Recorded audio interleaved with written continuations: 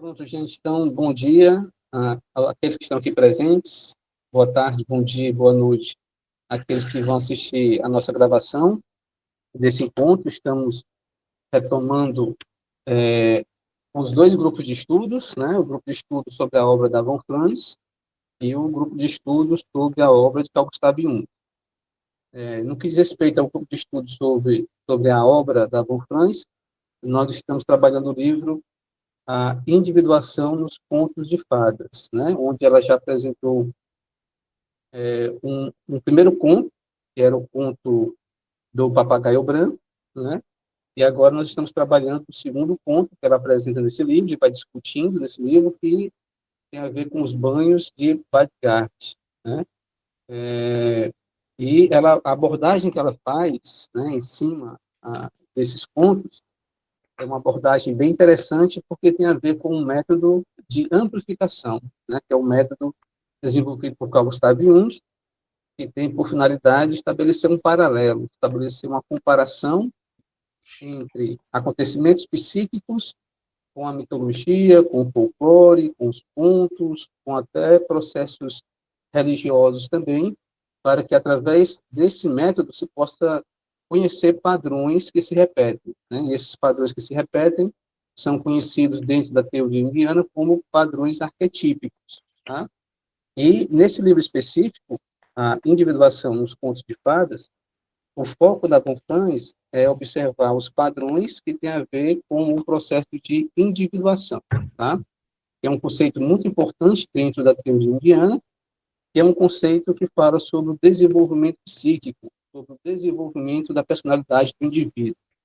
E como nós já vimos em outros encontros, em outras oportunidades, né, onde nós estudamos esse tema, para que possa haver o processo de individuação, é necessário que algumas condições estejam presentes, né, sejam satisfeitas.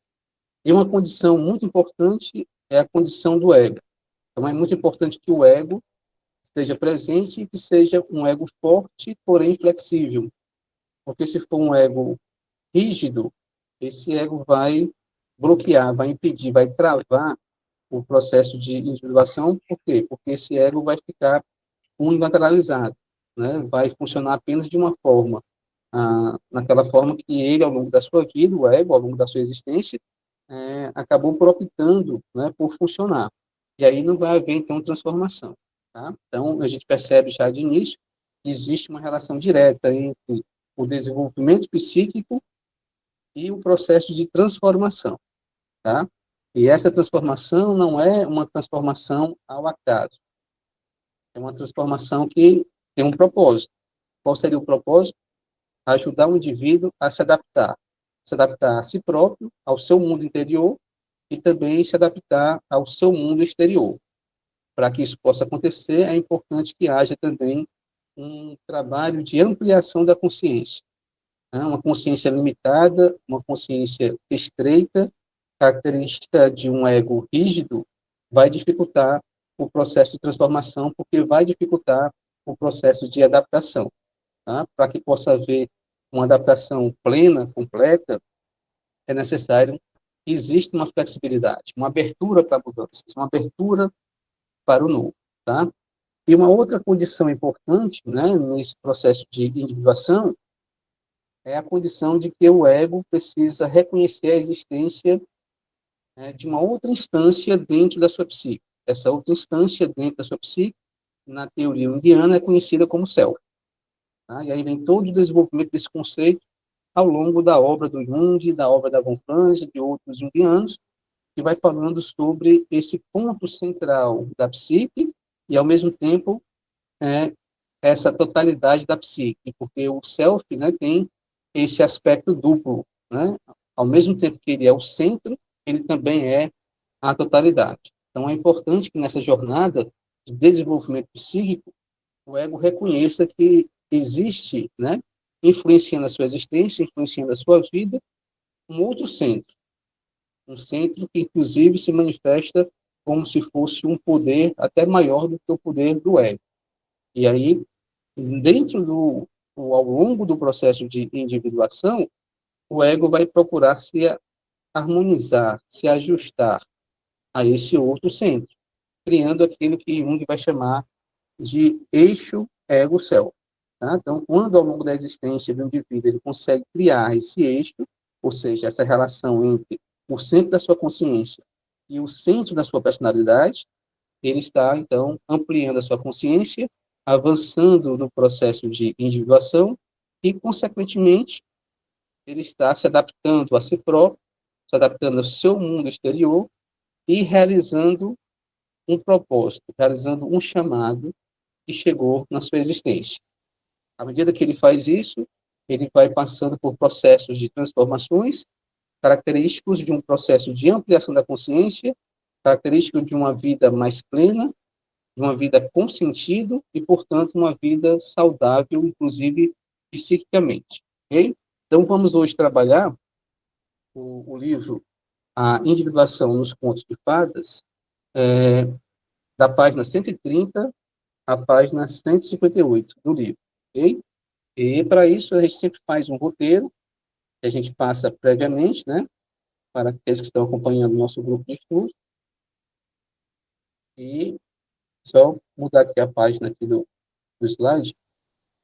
E a gente trabalha sempre em cima desse roteiro. Naturalmente, se tiver alguma dúvida, alguma colocação em cima do que está trazendo, outro ponto, né, fora daquilo que está trazendo, fica livre, fica aberto, né, para que todos possam participar. Então, de acordo com o nosso roteiro, a primeira questão é qual o perigo da racionalização e da interpretação de um complexo. A segunda questão do nosso roteiro é qual a importância do mecanismo de repressão. O terceiro ponto, qual a importância dos padrões arquetípicos para o conhecimento da realidade exterior, para o conhecimento do mundo exterior. Interessante observar que, de acordo com a teoria junguiana, né, o mundo ao qual pertencemos, né, esse mundo ele possui duas dimensões ou dois níveis, né, a dimensão externa e a dimensão interna. Esses dois níveis do mundo, né, eles são reais, né, eles têm o mesmo peso, eles têm a mesma importância. Então, é importante, então, por isso, que o indivíduo procure se harmonizar e se adaptar aos aspectos, aos fatores que se manifestam no mundo exterior e também aos fatores, aos aspectos que se manifestam no mundo interior, tá? Naturalmente, muitos fatores, muitos acontecimentos que ocorrem tanto externamente como internamente podem ocorrer sem que o indivíduo, sem que o sujeito se dê conta, tá? Quando isso ocorre, isso equivale àqueles fenômenos que ocorrem no nível inconsciente. Então, nós temos um nível inconsciente relacionado ao mundo externo e um nível inconsciente relacionado ao mundo interno, tá? Não ter consciência de um fator externo ou de um fator interno não quer dizer que esses fatores não existem. Não. Quer dizer que você está sendo afetado por esses fatores sem ter consciência disso. Quer dizer que você está um pouco cego. Quer dizer que você está um pouco limitado na sua percepção consciente, tá? Então, à medida que você vai se abrindo para perceber uma realidade maior, tanto no mundo exterior como no mundo interior, você vai estar ampliando a sua consciência e isso vai te ajudar a se harmonizar, a se adaptar melhor à realidade externa e à realidade interna, ok? Claro que isso é um processo difícil e complicado para o ego, né? Por quê? Porque é comum que o ego, e aí vamos falar do sujeito, né, para que a gente possa ter uma percepção mais clara sobre esse ego, né? É comum que o sujeito se acomode. É comum que o sujeito encontre um espaço adequado para ele viver, né? E é comum que esse sujeito ele diga que, olha, a realidade é esta, né? Para que ele fique mais confortável diante do mundo. E é comum que ao fazer isso ele se feche, né? A outros aspectos, a outras variações, a outras possibilidades que a vida pode trazer, tá? Isso é saudável para o ego porque ele precisa de uma certa base, de uma certa solidez, de uma certa estrutura que lhe dê segurança, que lhe dê proteção. Tá? O problema é que a vida é dinâmica. A vida sempre vai trazer coisas novas, fluxos novos, possibilidades novas, né? Portanto, a vida sempre vai estar convidando cada indivíduo, cada sujeito, a dar um passo à frente, a avançar um pouco mais. E é esse passo à frente, é esse avanço que o indivíduo é convidado a fazer, a se posicionar, que equivale ao processo de desenvolvimento psíquico. Tá? Então, a gente percebe com isso que, muitas vezes, o indivíduo ele prefere não dar esse passo adiante, não avançar no seu processo de crescimento, para que ele não possa correr o risco de perder a sua zona de conforto, perder a sua estabilidade. Tá? E aí, então, o ego começa a resistir à transformação. E, para isso, ele vai utilizar vários mecanismos de defesa. O adoecimento é um mecanismo de defesa, né? A patologia, a psicopatologia, as doenças psicossomáticas funcionam como mecanismos de defesas para o ego, para que o ego possa se manter firme onde ele está, na sua zona de conforto e não avançar, né? A racionalização é outro mecanismo de defesa, a repressão é outro mecanismo de defesa, a projeção é outro mecanismo de defesa, enfim, tem inúmeros mecanismos de defesas que o ego faz uso para que ele possa se manter onde ele está, não avançando no seu crescimento para que ele não saia da sua zona de conforto. Tá? E aí a gente olha, então, para esse processo de racionalização e entende esse processo de racionalização como um mecanismo de defesa do ego, tá? Que, a princípio, em um primeiro momento, ele é importante, ele é saudável. Por quê? Porque ele dá estabilidade ao ego. E dando estabilidade ao ego, ele protege o ego. E ao proteger o ego, ele também fortalece o ego. Tá? Se isso não ocorresse, o ego estaria fragilizado, debilitado, né? Estaria totalmente aberto às influências do mundo inconsciente, externo ou interno. E, inclusive, ele poderia ser aniquilado, destruído ou muito afetado por esses fatores inconscientes do mundo externo ou do mundo interno. Tá? Então, no primeiro momento, é importante que haja a racionalização para fortalecer o ego. Mas, em um segundo momento, é importante que o indivíduo possa abrir mão desse mecanismo de defesa, que é a racionalização, para que ele possa, então, olhar para os fatores inconscientes que estão influenciando a sua vida, se relacionar com esses fatores e, a partir desse relacionamento, voltar ao processo natural de crescimento e desenvolvimento. Tá? Interessante que Jung vai dizer que o processo de individuação ele deve ocorrer naturalmente ao longo da vida. Mas em alguns casos, aliás, em muitos casos, na verdade, né? Não em alguns poucos casos, mas em muitos casos, por dificuldades inúmeras, dentre elas dificuldades do próprio ego, ou dificuldades da própria cultura onde esse indivíduo vive, né? Esse processo natural de crescimento, de desenvolvimento, ele é barrado, ele é impedido, ele é dificultado.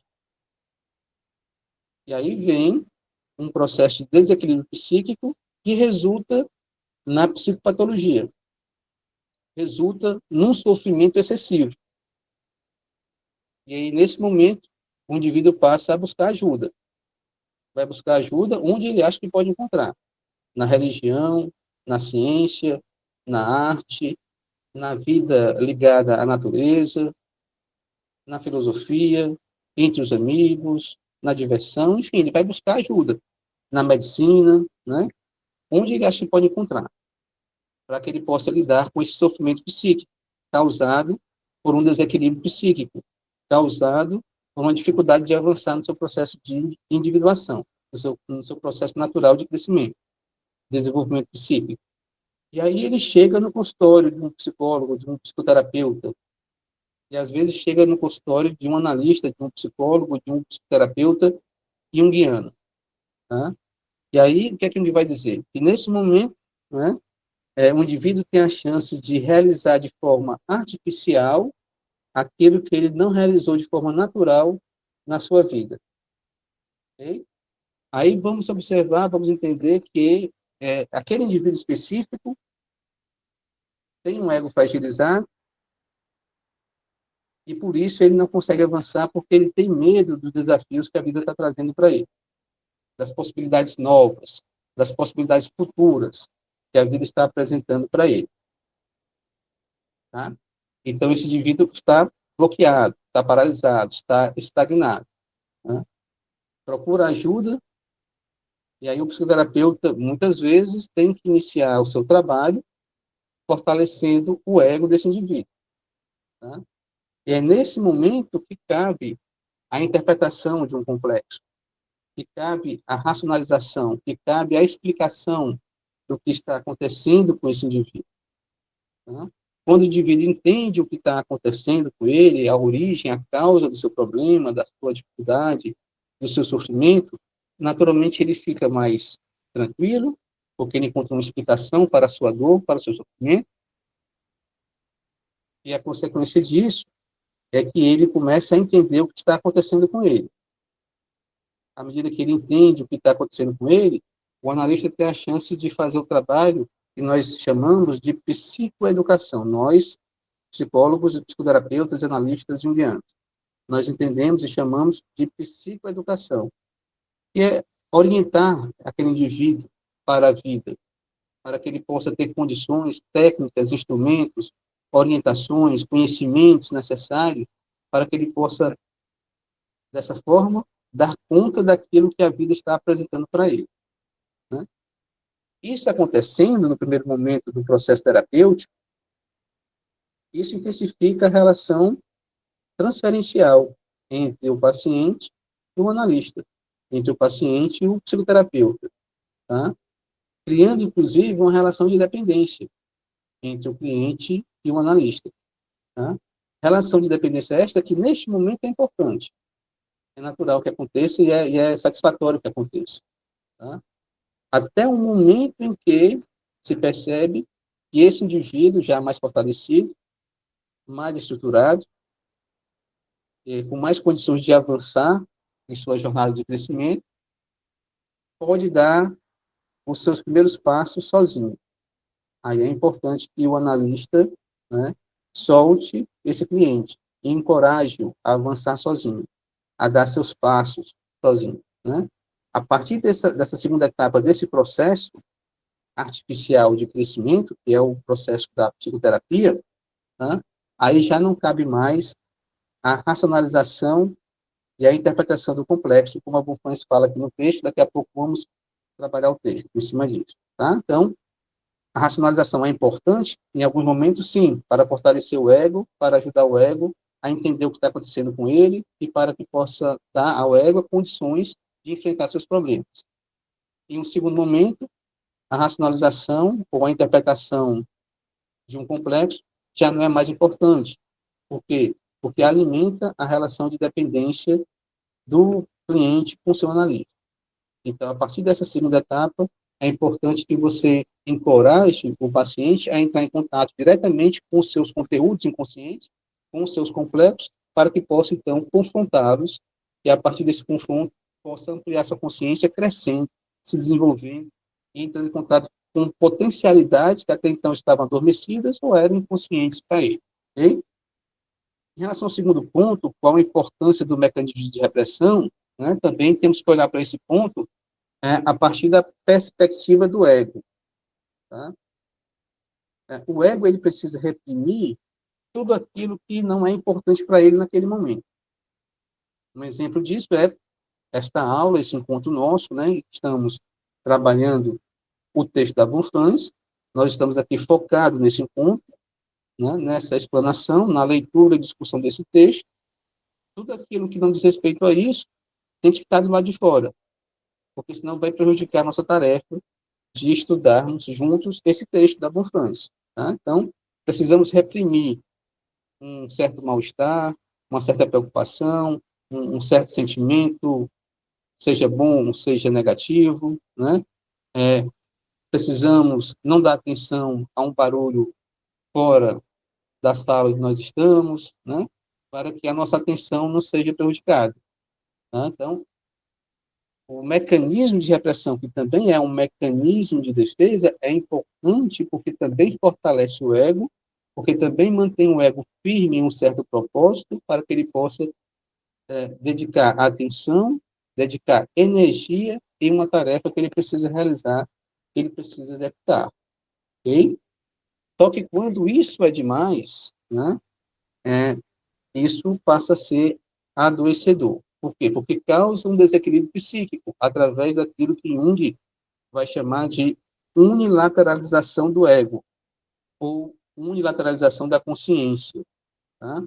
Então, se nós vivemos a vida toda, né, daqui para frente, pelos próximos 20, 30, 40 anos, né, ou mesmo pelos próximos 20, 30, 40 meses, somente estudando a Bonfrans, não fazendo outra coisa a não ser estudar a Bonfrans, né, ou estudar Jung, nós, para isso, teremos que reprimir vários aspectos da vida, várias potencialidades, né, que chegam para nós a todo momento, e, ao fazermos isso, iríamos entrar naturalmente numa unilateralização do ego, da consciência, e iria resultar em um desequilíbrio psíquico, que naturalmente iria resultar em um processo psicopatológico. Tá? Então, a repressão também ela é importante, mas só até certo ponto. De um certo ponto em diante, é necessário que possamos abrir mão da repressão para que a gente possa, então, entrar em contato com o inconsciente. Né? Então, veja o dinamismo que existe dentro do processo de individuação. Ora, em alguns momentos, nós estamos mais focados naquilo que o ego considera como importante, como necessário. Em outros momentos, estamos nos abrindo para tentar entender, conhecer, escutar aquilo que o consciente está trazendo, aquilo que o inconsciente está trazendo como algo importante que até então a gente não considerava como importante, tá? Então, essa fluidez, esse dinamismo, deve fazer parte do processo de individuação. Devemos reprimir quando é necessário reprimir, devemos nos abrir quando é necessário esta abertura. Ok? Em relação ao terceiro ponto, qual a importância dos padrões arquetípicos para o conhecimento da realidade exterior, tá? E aí é uma grande contribuição da psicologia analítica para a ciência de modo geral, né? É a contribuição de perceber que tudo que se manifesta, ou seja, em todo fenômeno que ocorre, há sempre um padrão que se repete em épocas, em contextos, em culturas, em indivíduos, em locais diferentes. Tá? E a percepção desses padrões traz mais conhecimento, traz mais sabedoria e ajuda ao ser humano a entender a vida. Naturalmente, ajuda o ser humano a se adaptar melhor à vida, às vicissitudes da vida, às necessidades da vida, às variações da vida. Né? Isso foi sendo possível dentro da teoria junguiana graças ao conceito de arquétipo que Jung vai desenvolvendo ao longo da sua obra. Né? E outros junguianos, como a von Franz, também vão desenvolvendo ao longo da sua obra. Esse conceito de arquétipo, que também está relacionado com outro conceito muito importante, que é o conceito de imagem arquetípica, né? Que faz com que a gente perceba que tudo que existe, existe como representação, ou seja, tudo que se manifesta, todo fenômeno, ele não é percebido diretamente, mas ele é sempre percebido e vivenciado indiretamente, através de uma representação, através de uma imagem, tá? Portanto, a psique, ela é constituída por imagens. E se a gente pudesse olhar para essa imagem, para cada imagem que se manifesta na psique, e pudesse decompor essa imagem em fatores, nós vamos encontrar sempre nessa imagem, ou em cada uma dessas imagens, três fatores, três componentes básicos. Né? a experiência em si, relacionada àquela imagem, ou seja, o próprio fenômeno em si, né? Que naturalmente é uma representação, né? Não é nunca o fenômeno em si, mas já é uma própria representação do fenômeno, ok? Portanto, já é uma imagem, né? O segundo fator, a segunda componente presente em uma imagem psíquica é o afeto, que Jung chama de tonalidade afetiva, tá? E o terceiro fator, componente, constituinte, né, de uma imagem psíquica é a ideia. Então, por trás de todo e qualquer fenômeno, seja ele qual for, um sonho, um sentimento, uma lembrança, uma intuição, né, um instinto, ele sempre vai se manifestar como uma imagem, e essa imagem vai conter a experiência que resultou naquela imagem, o afeto ligado àquela experiência e a ideia ligada àquela experiência. Tá? Posteriormente, Jung vai ampliando essa definição e vai apontando um quarto fator. Ali ele levantou a mão para explicar para você, Lívia. Um quarto fator, que é o fator transformador, de transformação. Ou seja, é uma finalidade que a imagem traz em si. Né? Quando a imagem surge, ela chama para uma realização. E essa realização tem um propósito. Né? Seria o quarto fator que estaria por detrás de uma imagem. Lívia. Evaldo, teria uma ordem de manifestação? Primeiro seria a ideia, e o afeto e a experiência junto com o afeto, e depois, essa última que Naturalmente, os três vêm juntos. Os três funcionam juntos. é? Os três funcionam juntos. Por detrás dos três, né, por detrás da imagem, existe a possibilidade da imagem surgir. Né? Uhum. Então, olha só, né? Por detrás da imagem arquetípica tem um arquétipo. Mas o arquétipo é uma potencialidade, é um potencial de realização. Né? Enquanto não houver a condição necessária para esse potencial se manifestar, esse arquétipo fica adormecido. Na hora que a vida traz a condição para esse arquétipo se manifestar, ele se manifesta trazendo ao mesmo tempo a experiência, a imagem e a ideia. E quando ele Eu traz a conseguiria experiência, a imagem... visualizar que a potência está lá no arquétipo, né? Isso. E primeiro manifestaria uma ideia, para depois, assim, claro, Uhum. não sei, mas né, na minha percepção, teria que vir uma ideia primeiro, como nós, né, como seres humanos, seres pensantes, né, que seria um pensamento, vem um pensamento de fazer algo, né, que aí, pronto, aí vem a experiência e o afeto junto com a experiência em si. Agora, Lília, quando a ideia se manifesta, né, ela não traz um afeto? O indivíduo não é afetado por aquela ideia? Também, né, o afeto está junto, né, na ideia também, porque tanto a ideia quanto a experiência já são, vamos dizer, energia psíquica, né? Exatamente. Porque a gente não pode pensar que a ideia não é energia psíquica, ela é, né? Também. Exatamente. E a própria ideia já não é uma experiência, por exemplo, né? O Já. indivíduo começa a se apropriar com o potencial de ser pai, né? E isso aí surge como ideia. Essa ideia afeta o indivíduo. E essa ideia já não é uma experiência de como ser pai? Já Né? mesmo. Então, os Entendi. três estão juntos. Eles caminham juntos, né? Agora, Já é. o que possibilita os três é o arquétipo, é a potencialidade inerente ao arquétipo, né? E essa Entendi. possibilidade, ela traz em si um propósito de realização, que seria o quarto fator, tá?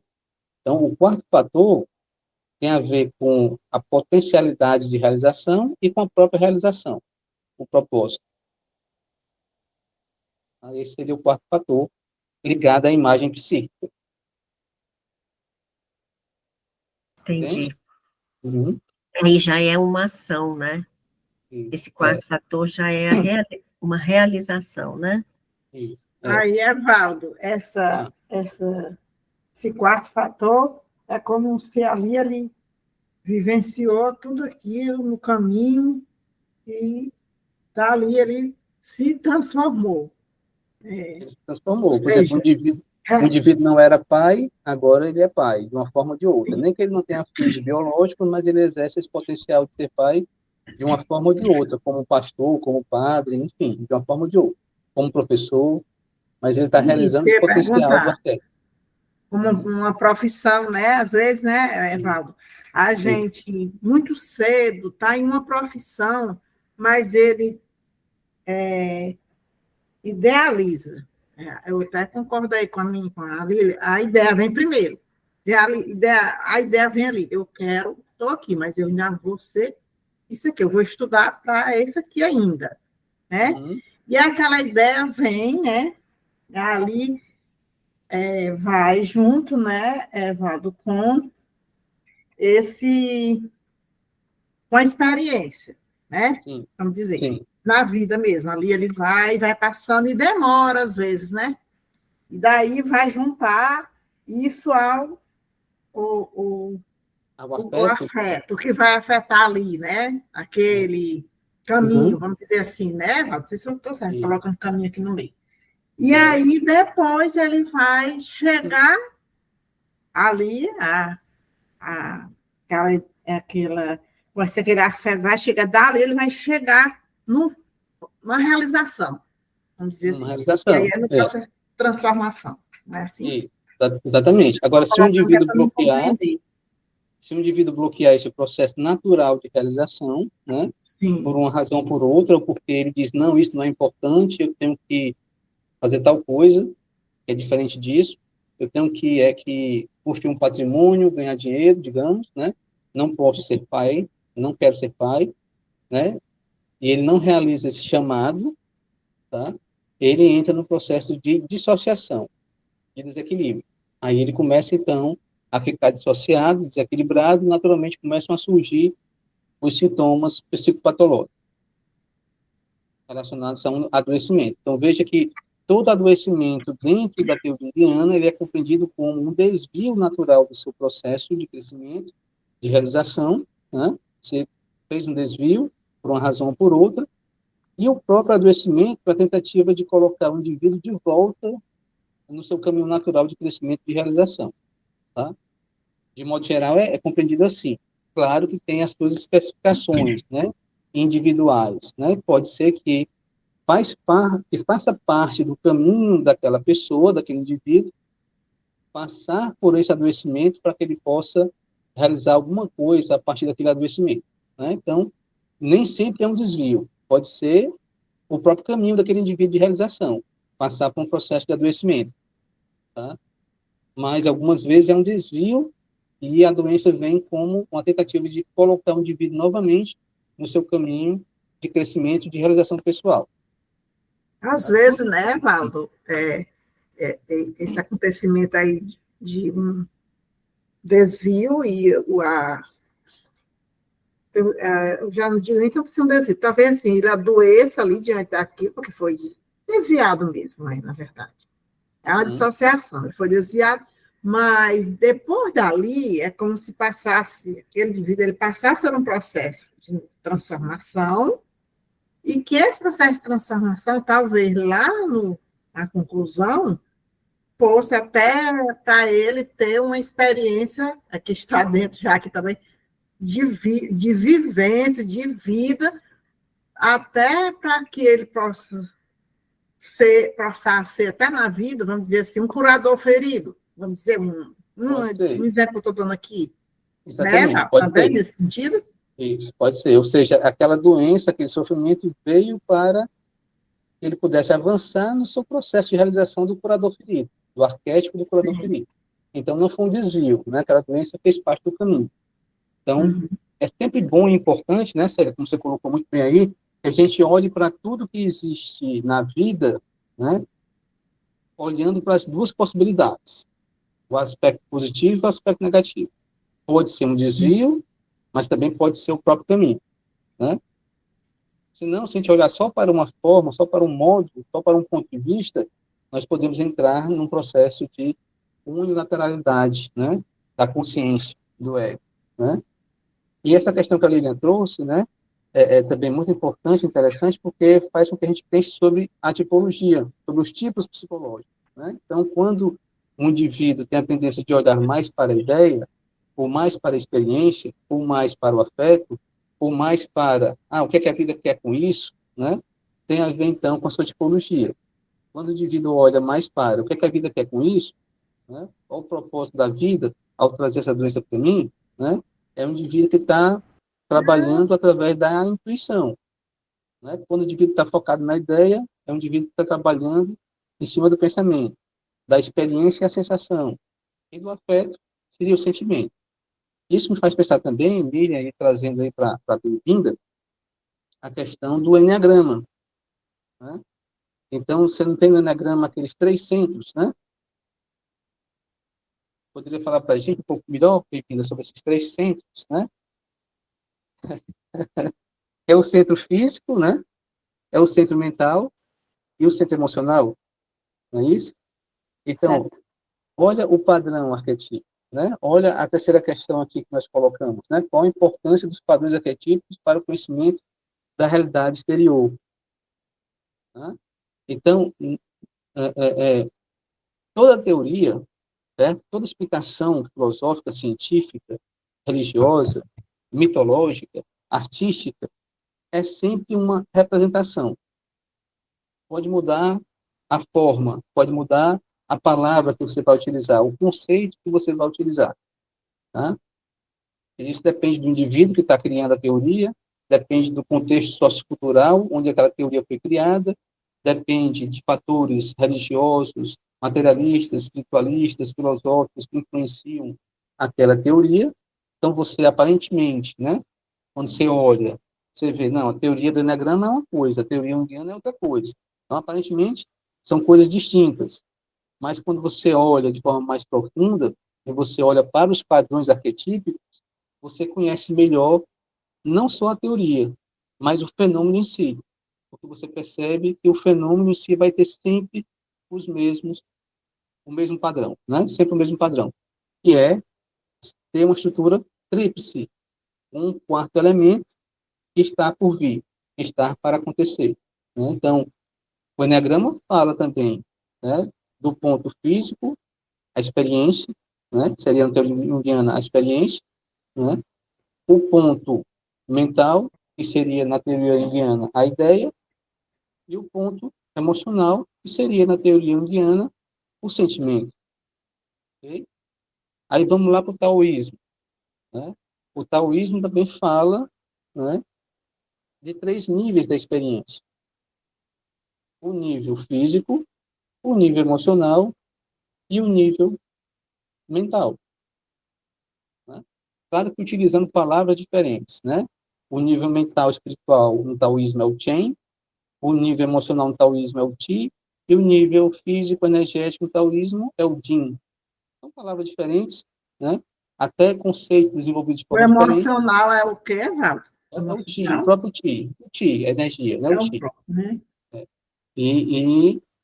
Mas são palavras diferentes, conceitos desenvolvidos de forma diferente, mas com o mesmo padrão.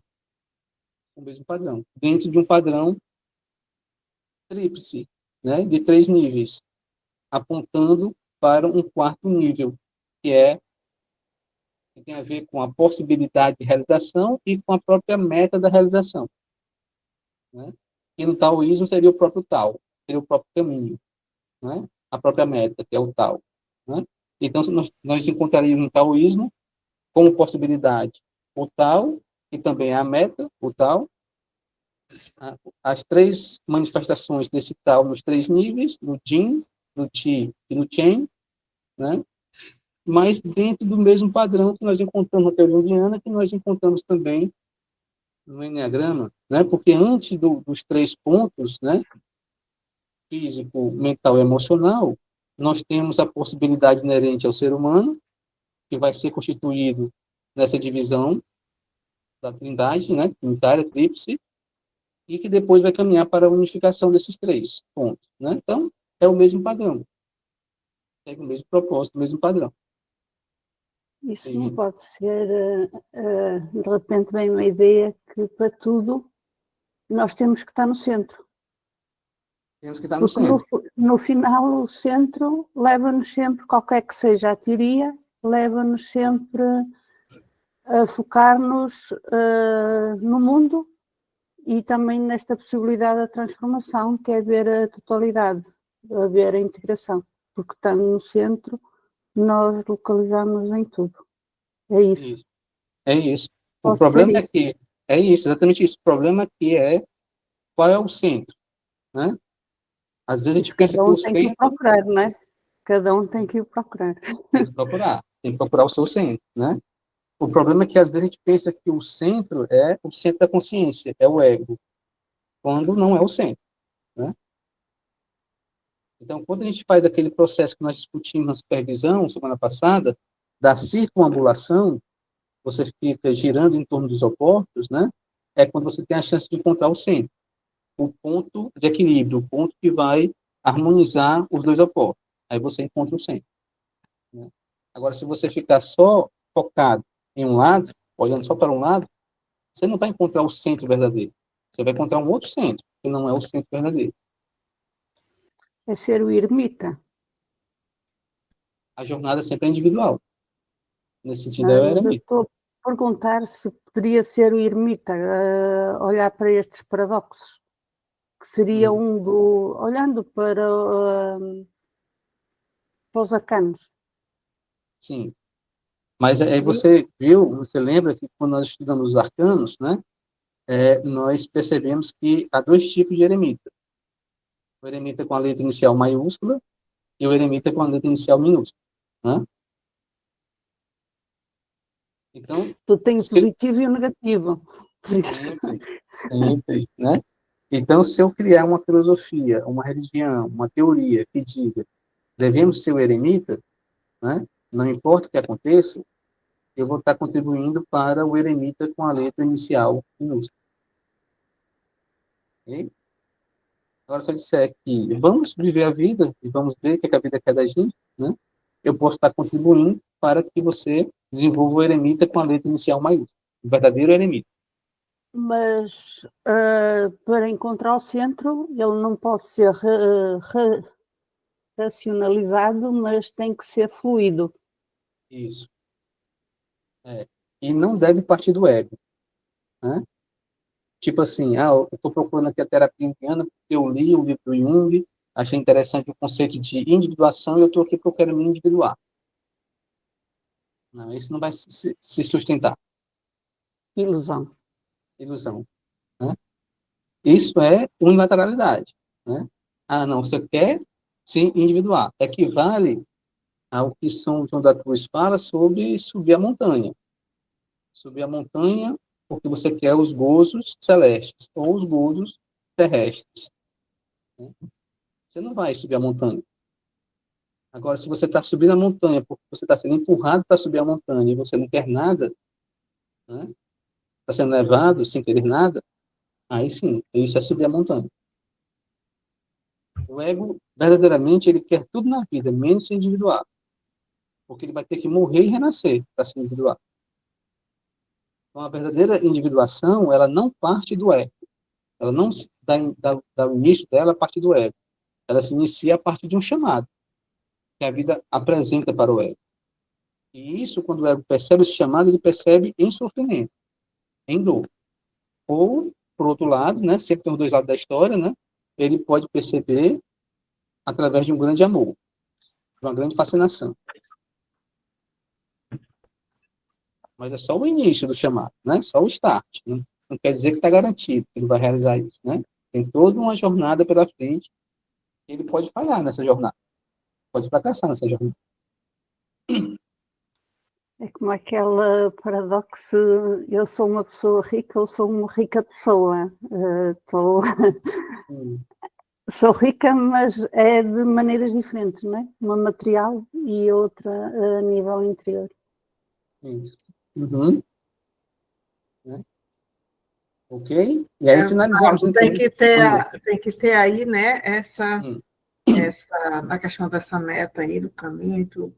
Tem que ter esse equilíbrio de nem valorizar mais um do que o outro, né? Nem menos um, nem menos outro. Não está relacionado assim, Fábio?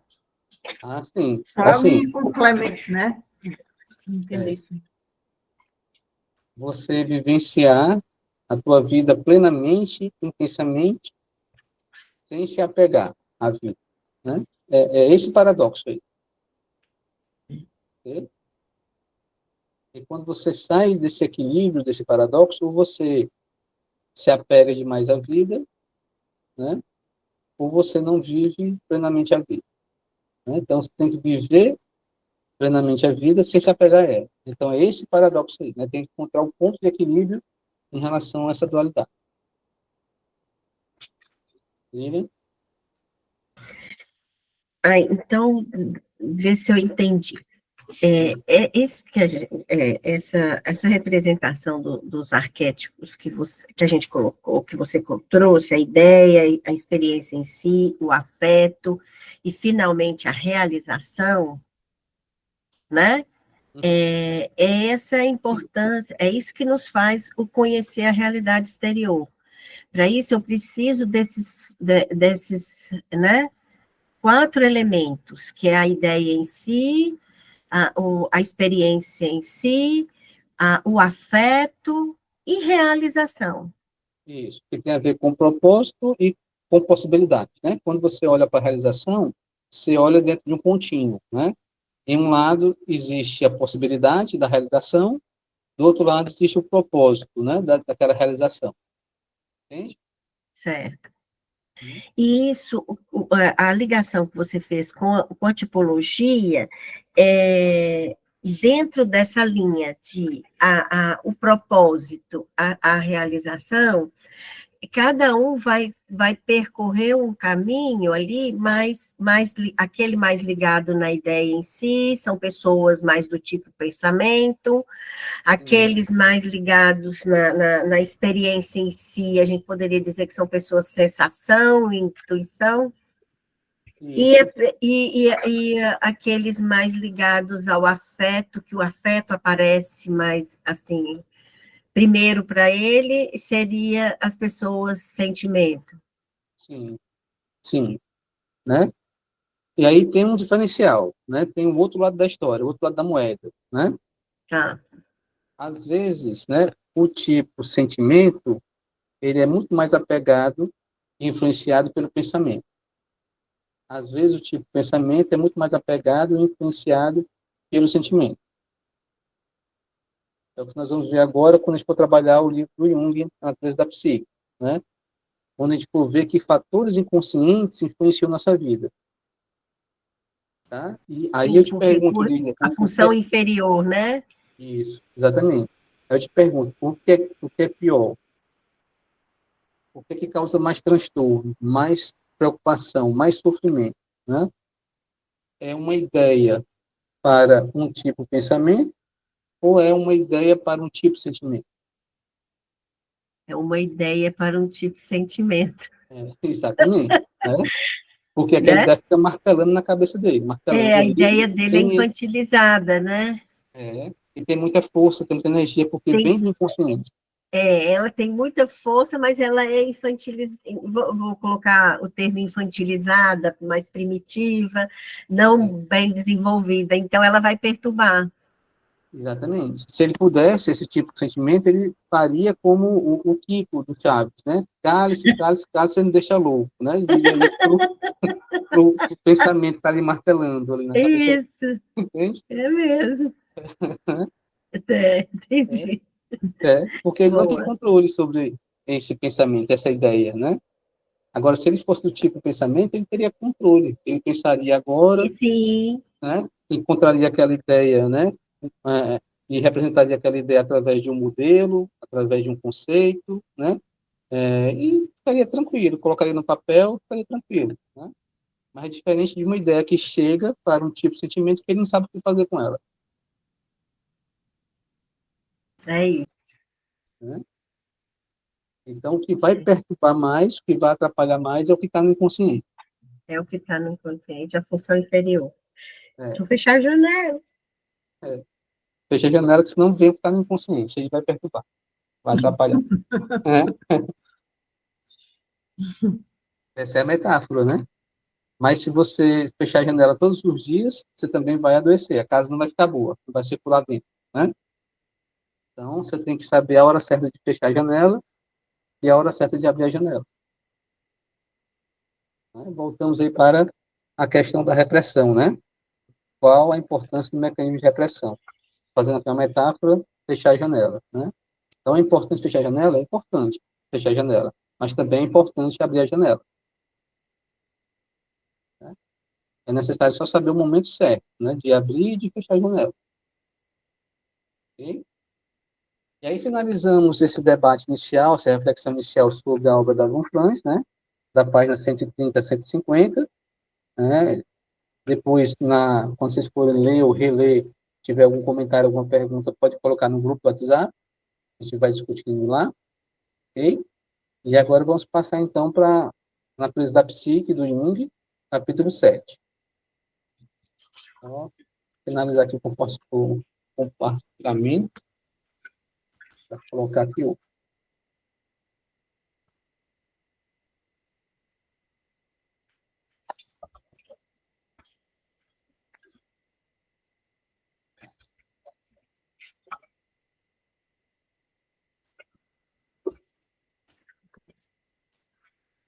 Então, capítulo 7, o livro A Natureza da Psique, do Jung, livro muito importante para a teoria junguiana, né? Livro que ele apresenta, né, o conceito de arquétipo.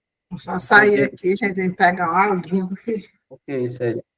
Onde ele define o conceito de arquétipo, onde também ele mostra como é que surgiu, né, esse conceito de arquétipo, a partir de que experiência, né, pôde, então, entender que existe esse padrão por detrás de toda a experiência. Ele vai falar ao longo desse livro, principalmente aqui nesse capítulo 7, que é a estrutura da alma. E aí, compartilhei com vocês esse roteiro, com 8 questões, né? Primeira questão, o que podemos afirmar sobre o objeto de estudo da psicologia analítica. Segunda questão, como podemos classificar os conteúdos da consciência. Terceira questão, o que justifica a hipótese da existência de conteúdos inconscientes. Quarta questão, quais os conteúdos do inconsciente. Quinta questão, o que justifica a hipótese da alma supra-individual. Sexta questão, quais os 3 níveis da psique. Sétima questão, quais os conteúdos do inconsciente coletivo e como podemos estudá-los. Oitava questão, qual a principal utilidade do inconsciente coletivo, né? Então, essas questões Jung desenvolve e responde, né, nesse capítulo 7, que é a estrutura da alma, tá? Então, em relação à primeira questão, o que podemos afirmar sobre o objeto de estudo da psicologia analítica, né? Primeiro, qual é o objeto de estudo? O nosso objeto de estudo é a psique, que quer dizer alma, tá? Mas como nós sabemos que a alma existe, né? Essa é uma questão importante para a gente, né? Eu poderia perguntar por exemplo, a Bem-vinda. Bem-vinda, você existe, Bem-vinda? Se eu existo, Uhum. eu acredito que sim. Eu acredito que sim, que existo. E como é que você sabe que você existe? Como é que você sabe que você existe?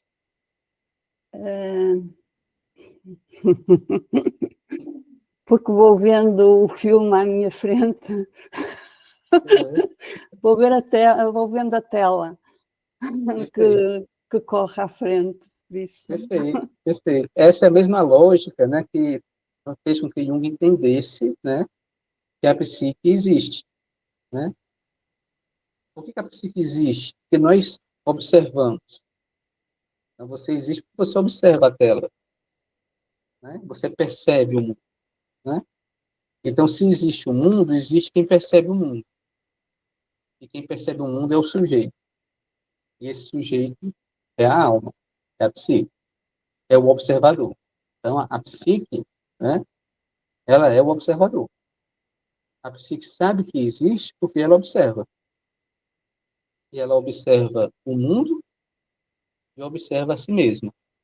E ela percebe nessa observação que existe o mundo externo e que existe o mundo interno. Né?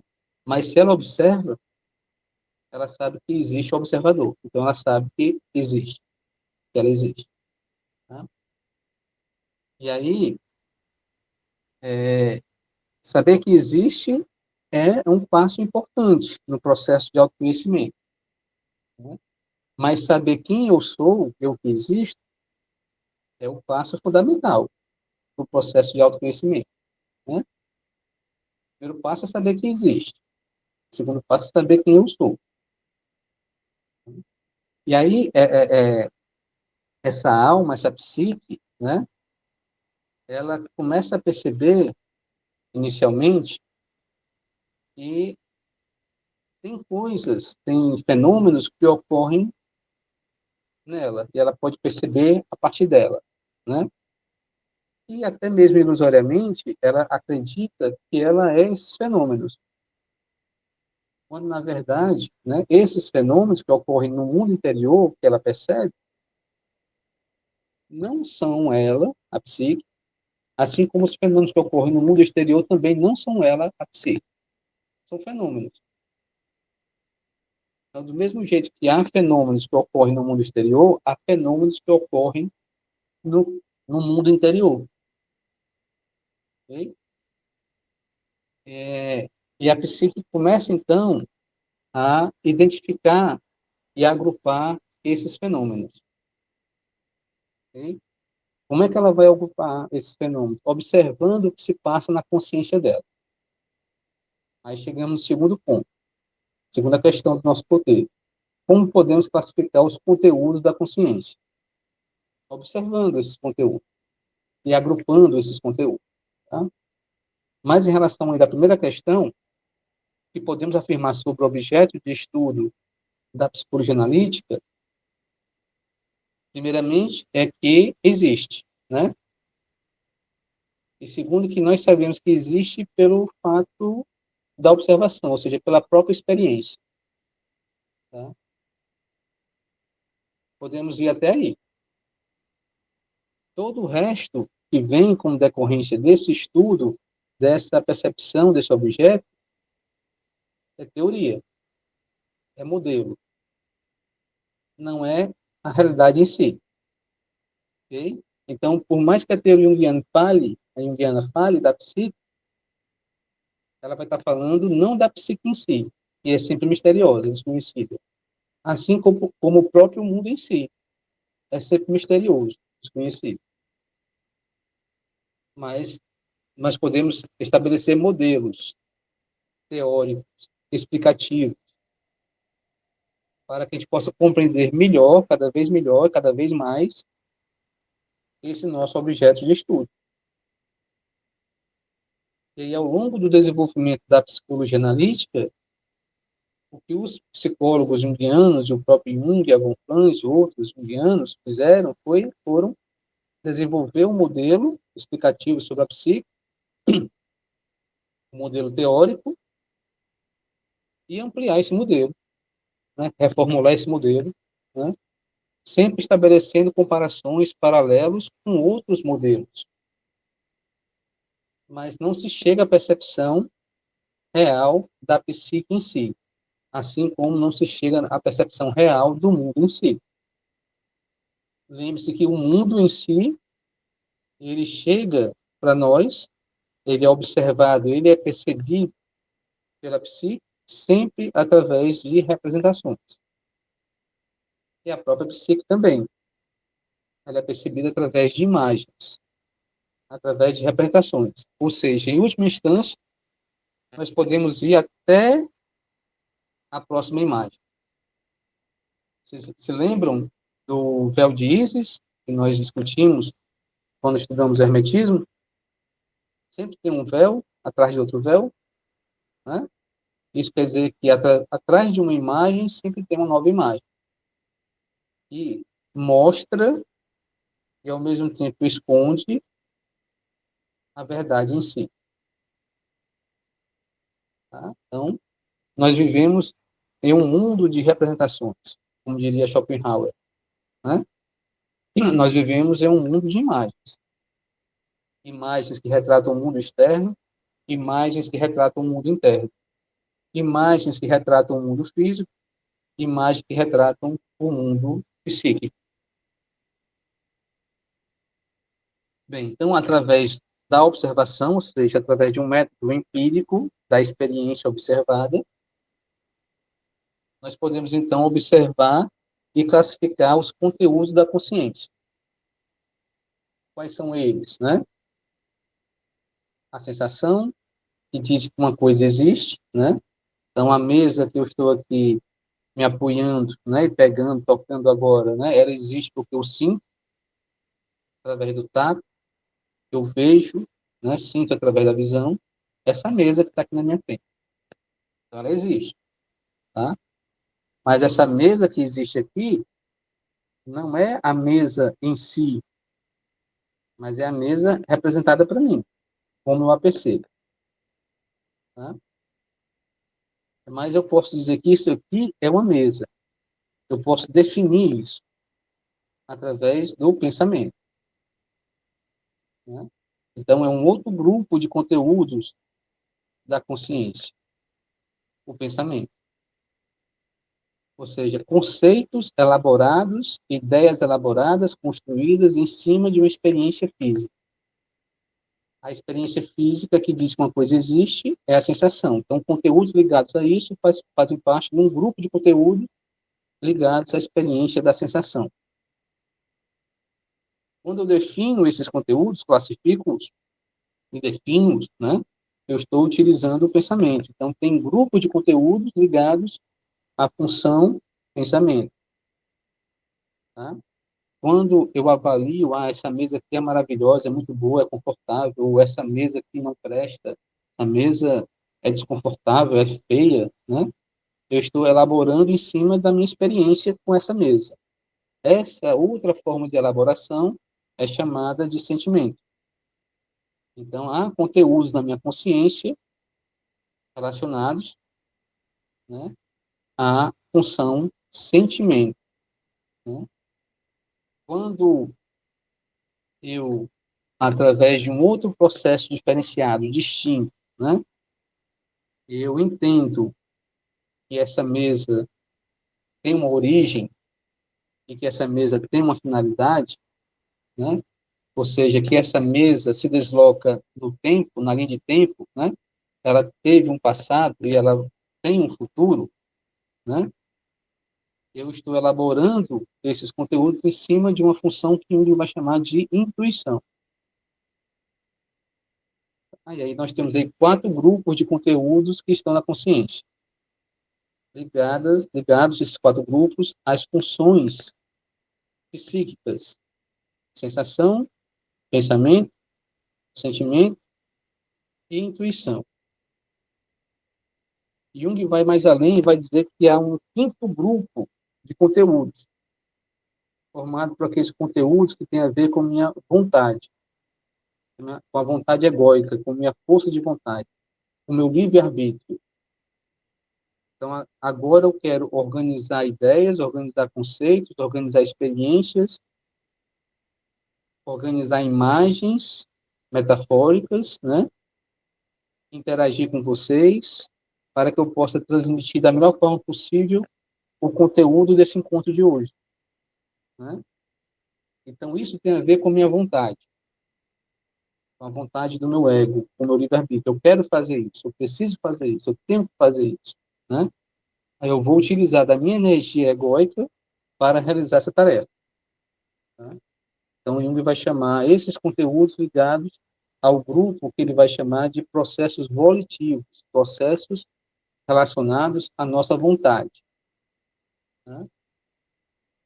Então, eu estou com sono hoje de manhã, mas eu entendo, eu preciso acordar porque eu tenho um encontro hoje no grupo de estudo.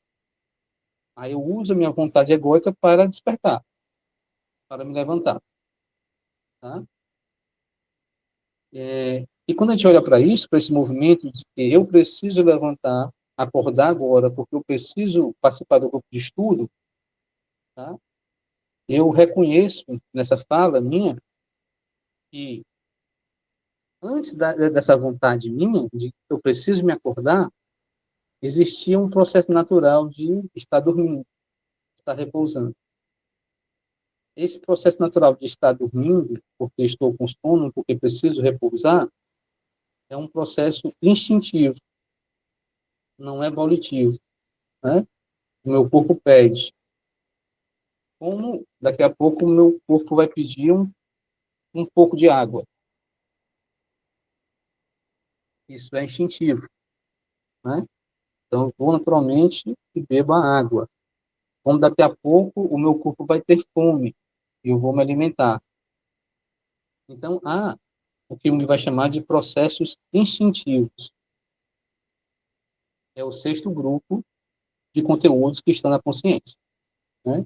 Então, eu sinto fome, eu sinto sede, eu sinto cansaço, eu sinto dor, eu sinto prazer, eu sinto alegria, né?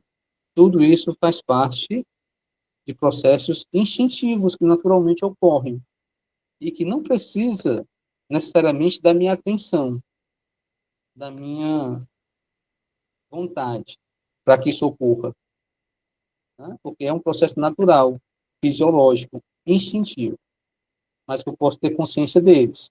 Portanto, eles estão na minha consciência, tá? E onde vai também classificar um sétimo grupo de conteúdos que estão na consciência. São os sonhos. Aí a gente pode parar, mas espera aí, sonhos? Como é que o sonho é um conteúdo consciente? É porque você se lembra do sonho, você narra o sonho, você conta o sonho, e esse sonho te afeta de uma forma que muitas vezes você tem noção de como esse sonho te afeta. Você acorda feliz, acorda assustado, acorda com medo, acorda inseguro, acorda satisfeito, acorda realizado, acorda se sentindo pleno, acorda se sentindo deprimido, angustiado, ansioso.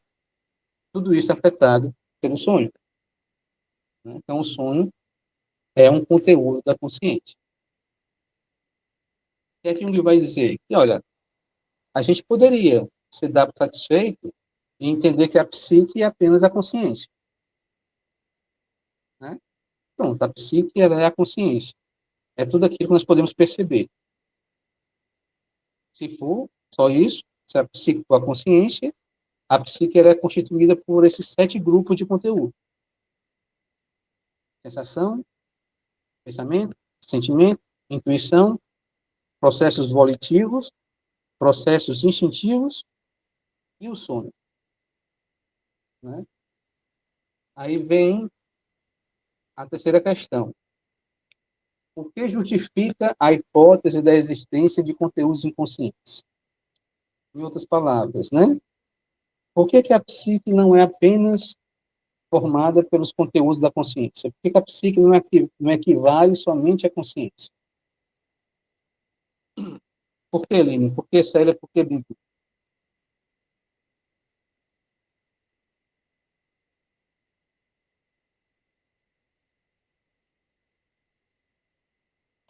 São aqueles que se manifestam e que eu não tenho controle, às vezes, e consciência de que eles estão a ocorrer.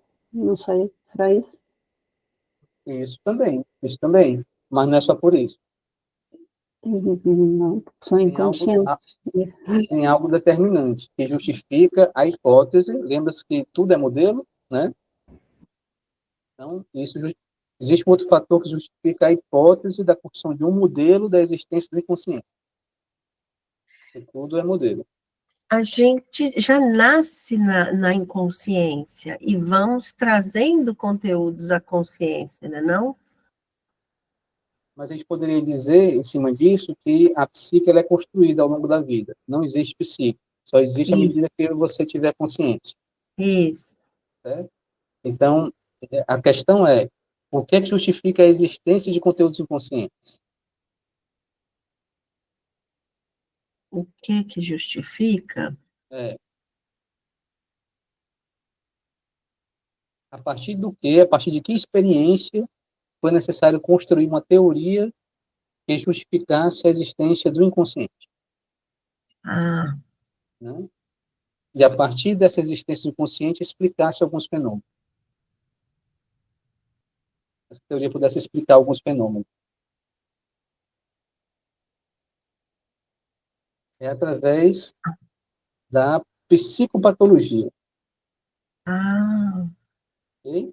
Então, quando o psiquiatra, o médico, né, o neurologista, aí eu estou falando do Freud, né, estou falando também do Jung, de outros psiquiatras, né, começaram a observar os pacientes, então chamados pacientes neuróticos, e nos hospitais psiquiátricos, os pacientes, né, esquizofrênicos, né, eles começaram a perceber, a partir dos sintomas apresentados por esses pacientes que tinham esses transtornos, né, que esses transtornos eram causados por uma outra vontade, que não era uma vontade consciente do indivíduo.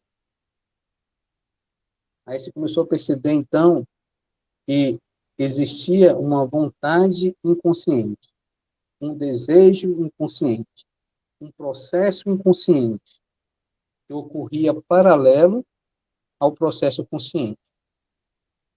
Às vezes ocorria paralelo de forma harmônica, não tinha sintoma, às vezes ocorria de forma paralela de uma forma desarmônica, produzindo sintomas, interferindo na função consciente.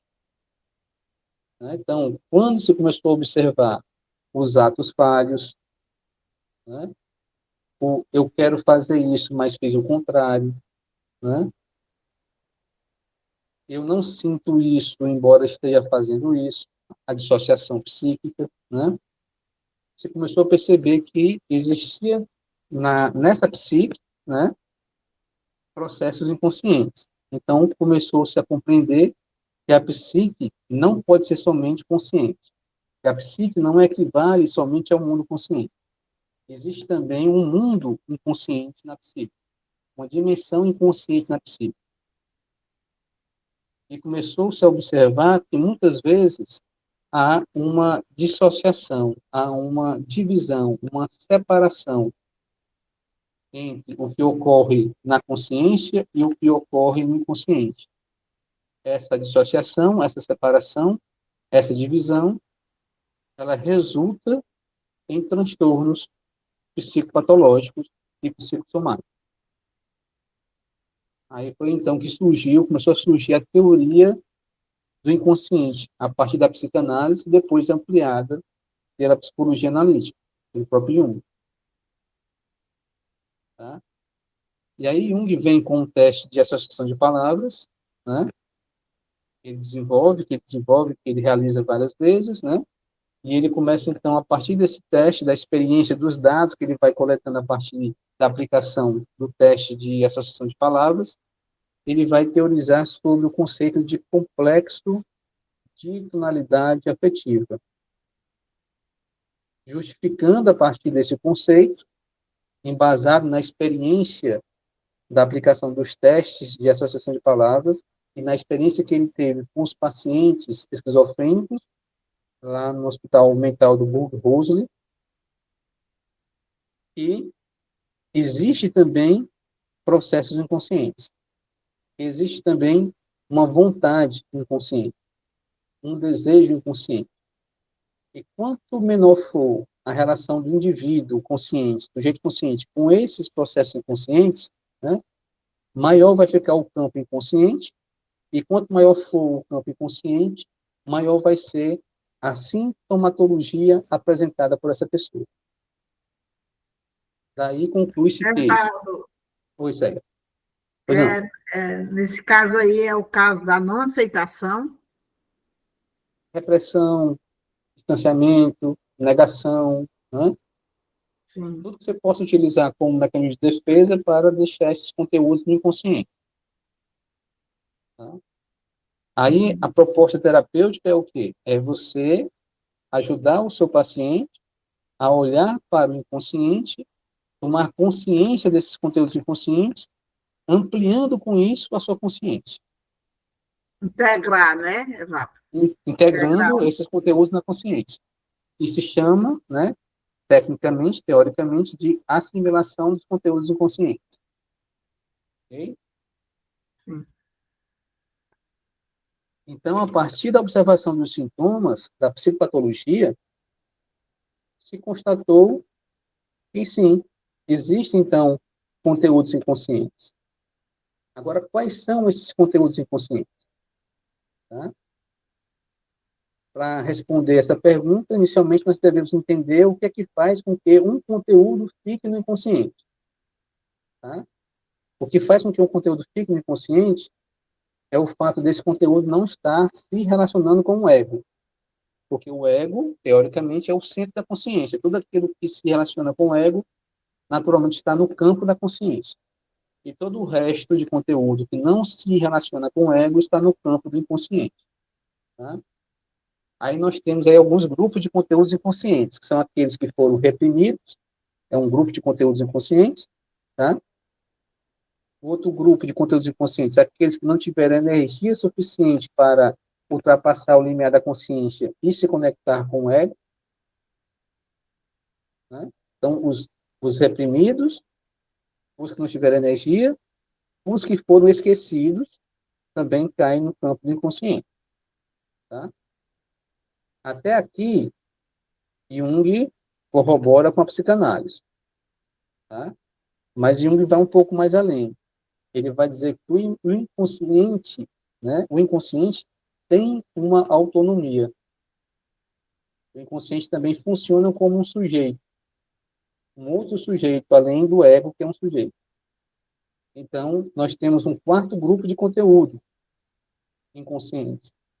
Os conteúdos resultantes da atividade autônoma do inconsciente, ou seja, o próprio inconsciente articula conteúdos, né, tal qual o ego faz, e ao articular esses conteúdos, cria novos conteúdos.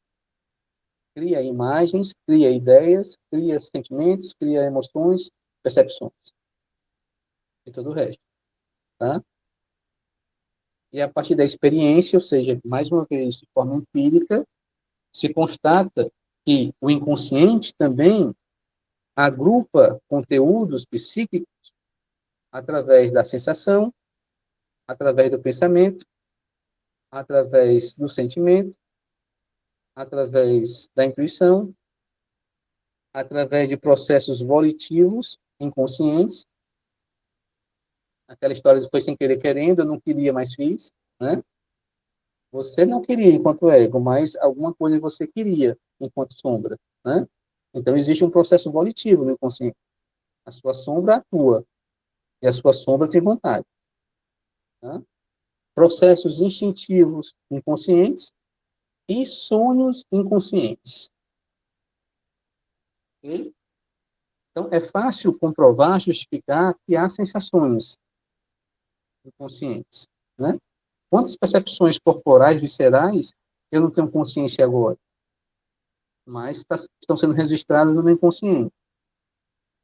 De repente, alguém, daqui a um tempo, vai ter um sonho de que existe uma coisa se formando, sei lá, na sua garganta, né? E depois de algum tempo, essa pessoa vai fazer um exame médico e percebe que tem um câncer na garganta, né? Então, inconscientemente, ele já estava percebendo isso, mas conscientemente não percebia ainda. Tá? Então, é um exemplo de sensações inconscientes, percepções inconscientes. Tá? Pensamentos inconscientes. Quantas questões, quantas teorias não são resolvidas, solucionadas, quantos problemas, né? Quantas teorias não são construídas através de um sonho. Quando você acorda com aquela solução de um problema. É um pensamento inconsciente. Que foi formulado no inconsciente e que veio para a consciência através do sonho. Né? Sentimentos inconscientes, né? Quantas pessoas que são aparentemente pacatas, bondosas, né? Não podem ter sonhos em que elas são agressivas, violentas. Sonhos destes, muitas das vezes, em que nem a pessoa do sonho que sonhou aparece no sonho. O que aparece no sonho é uma besta terrível, né? É um animal feroz, representando o sentimento de raiva, de agressividade, que aquela pessoa não acessa de forma consciente, mas que está nela de forma inconsciente. A mesma coisa em relação à intuição, né? Então, da mesma forma que há conteúdos ligados a esses grupos, né? Sensação, pensamento, sentimento, intuição, processos volitivos, processos instintivos na consciência, também há esses mesmos conteúdos no inconsciente. Ok? Mas o que é que justifica, então, a existência de sonhos inconscientes? O que justifica a existência de sonhos inconscientes, tá? É a teoria da alma supra-individual, ou seja, o conceito do inconsciente coletivo. Jung vai desenvolver ao longo da sua obra, mas principalmente nesse livro, A Natureza da Psique. Então, o inconsciente coletivo tem a ver com uma ideia de que existe um sujeito que está para além da existência daquele indivíduo. Tá? É um sujeito que transcende a existência do indivíduo. Como se a gente pudesse dividir agora a psique em dois planos, em dois níveis. Um nível pessoal, que tem a ver com aquele sujeito, né?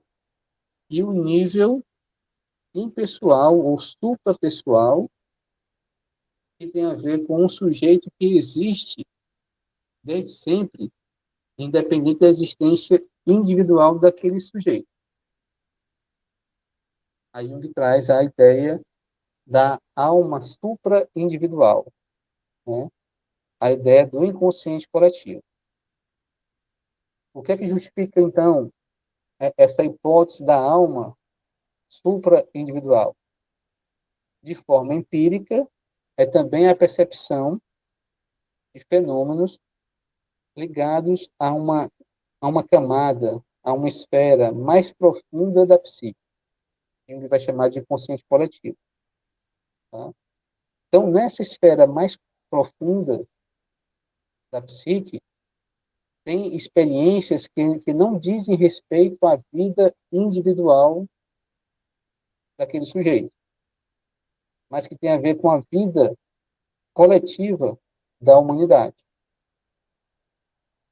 Nessa esfera supra-individual, nessa esfera do inconsciente coletivo, você vai encontrar ideias, você vai encontrar experiências ou possibilidades de experiências, você vai encontrar afeto, né, energia, que não tenha uma ligação direta com a vida daquele indivíduo, mas que tem uma relação com a história da humanidade.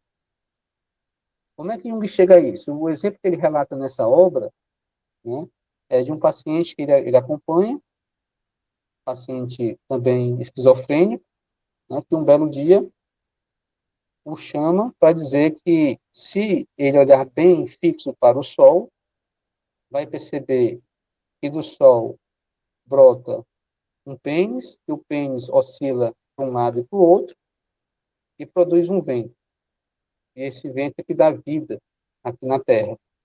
Né? E insiste para que Jung olhe para o Sol para poder visualizar isso. Né? Isso ocorre em 1906. 4 anos depois, em 1910, é descoberto um papiro do mitraísmo, né, de uma religião antiga, e traz uma imagem semelhante. E do Sol sai um tubo, o tubo oscila, né, para um lado e para o outro, produzindo vento, e o vento produz a vida aqui na Terra. Isso chama a atenção do Jung, porque como é que aquele paciente teve acesso a essa informação se ninguém conhecia esse papiro? O papiro foi descoberto, né, em 1910. Ninguém tinha acesso a esse papiro. Né? Aí Jung percebeu, então, que isso justifica a existência de um inconsciente, de uma alma supra-individual. Essa alma que traz essa ideia, ou a possibilidade dessa ideia, que foi acessada de uma forma pelos sacerdotes mitraicos, do mitraísmo, e foi acessada de outra forma por esse paciente esquizofrênico, né, que Jung acompanhava. Né? Então, Jung começou a perceber que há na psique o surgimento de ideias autóctones, né? Ideias que são formadas pela própria psique, que surgem na própria psique, né? Jung depois vai chamar de ideias dominantes, depois ele vai chamar de imagens ou ideias arquetípicas. E o local na psique onde essas ideias se manifestam, de início, né, é no campo do inconsciente coletivo, no nível do inconsciente coletivo. Tá? Então, essas percepções da existência dessas ideias coletivas, arcaicas, primitivas, que influenciam nossa vida, justifica a ideia da alma supra-individual, do inconsciente coletivo. Tá? Aí chegamos na sexta questão. Quais os 3 níveis da psique? Tá? Então, nós temos um nível da consciência individual, subjetiva, o nível do inconsciente pessoal, subjetivo, e o nível do inconsciente coletivo. Tá? Sétima questão. Quais os conteúdos do inconsciente coletivo e como podemos estudá-los? Os conteúdos do inconsciente coletivo são as imagens arquetípicas. E nós podemos estudar essas imagens arquetípicas observando o folclore, a mitologia, a religião, a arte, a cultura de modo geral, tá?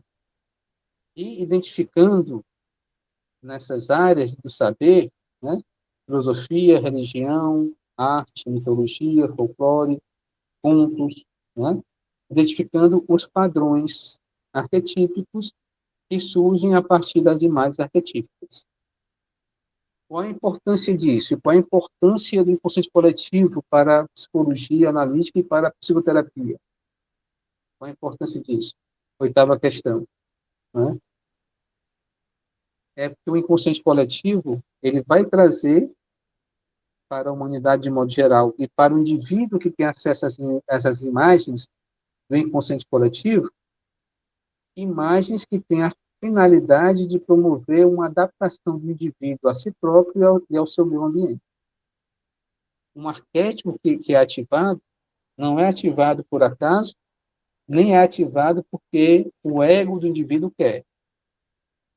Ele é ativado porque existe um propósito, existe uma finalidade, que é fazer um ajuste do indivíduo à sua vida interna e à sua vida externa. Então, o indivíduo dissociado, o indivíduo que está em sofrimento, ele está dissociado e ele está em sofrimento porque ele está em desarmonia, ele está desajustado. À medida que ele olha para essas imagens que brotam do inconsciente coletivo, ele tem a chance de, a partir dessas imagens, encontrar o seu equilíbrio, encontrar o seu reajuste, se adaptar a si próprio e ao seu meio sociocultural. Então, em última instância, o que é que o analista junguiano faz? O que é que o psicoterapeuta junguiano faz? Ajuda o seu paciente a reconhecer essas imagens que estão brotando naturalmente no inconsciente coletivo. Uma vez que esse paciente reconhece essas imagens, esse paciente tem a chance de, através delas, se adaptar a si próprio e ao seu meio sociocultural. Por isso que é importante olharmos para o inconsciente coletivo. Por isso que é importante ajudar o indivíduo a ir um pouco mais além do ego, a ir um pouco mais além da sua camada pessoal subjetiva e olhar para o inconsciente coletivo. Okay? Evaldo, os sonhos estão aí dentro também, né? A questão do sonho. Também, os sonhos coletivos, né? Os sonhos que vêm do inconsciente coletivo. Sim. E é interessante, né, Evaldo? Só pontuar aqui bem rapidinho essa questão aí, porque às vezes o sonho, né? A representação da imagem, você às vezes está vivenciando ali uma situação e você está um pouco, vamos dizer assim, querendo compreender, mas não compreende, essas situações assim. E aí, é interessante que, rapidinho ali, diante de outra situação, você precisa cochilar, chega uma hora de um cochilo e tal, você é só um cochilo assim, como se fosse de vigília, vamos dizer assim. Uhum. E aí ali vem um pequeno sonho bem representativo, ou seja, bem simbólico. Está bem curtinho, mas ele é bem curtinho, mas as imagens que aparecem têm uma importância em tanta. E aquilo, se você levar para um bom psicoterapeuta ou psicólogo junguiano, que né, nesse sentido eu boto junguiano, porque tem a questão do sonho, ele vai lhe botar no caminho bem certo. Sim. Aí dali vai surgir várias, como é que eu posso dizer, Evaldo? É como se surgisse ali várias dinâmicas pedagógicas, vamos dizer assim, puxando para o outro lado. Não sei se está bem, mas adaptativas, né? Várias possibilidades de adaptação. Adaptativo, sim. Isso resulta, Célia, da capacidade da psique de promover a autorregulação, de se curar, de promover o equilíbrio psíquico, né? Então, o próprio sonho, ele vem com esse propósito. Às vezes, não precisa nem interpretar o sonho, nem entender o sonho. Só o sonho em si já trouxe aquilo que era necessário trazer para a consciência, ou para a vida do indivíduo. Já promovendo o equilíbrio psíquico, trazendo o bem-estar, o conforto, né? Aquilo que estava faltando na consciência. Porque isso faz parte desse movimento natural da psique de promover a autorregulação. Que é a segunda hipótese, né, da psicologia analítica, né? São 3 hipóteses, né? A primeira hipótese de que a psique, ela funciona como um sistema psíquico capaz de promover a autorregulação, ou seja, essa é a primeira hipótese, na verdade, né?